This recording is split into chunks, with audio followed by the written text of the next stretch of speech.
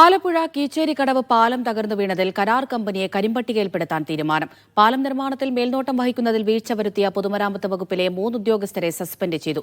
പൊതുമരാമത്ത് വിജിലൻസ് റിപ്പോർട്ടിന്റെ അടിസ്ഥാനത്തിലാണ് നടപടി.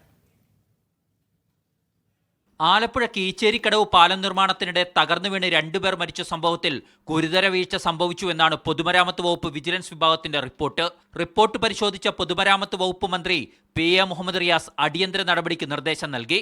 കരാർ കമ്പനിക്ക് അപകടത്തിന്റെ ഉത്തരവാദിത്തത്തിൽ നിന്നും ഒഴിഞ്ഞുമാറാനാവില്ലെന്നാണ് പൊതുമരാമത്ത് വിജിലൻസ് വിഭാഗത്തിന്റെ കണ്ടെത്തൽ.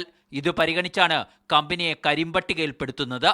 പാലം നിർമ്മാണത്തിന് മേൽനോട്ടം വഹിക്കുന്ന പൊതുമരാമത്ത് പാലങ്ങൾ വിഭാഗം assistant executive engineer, assistant engineer, overseer എന്നിവർക്കും വീഴ്ച പറ്റി.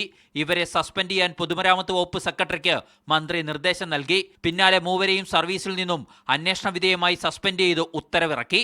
മീഡിയ 1 തിരുവനന്തപുരം.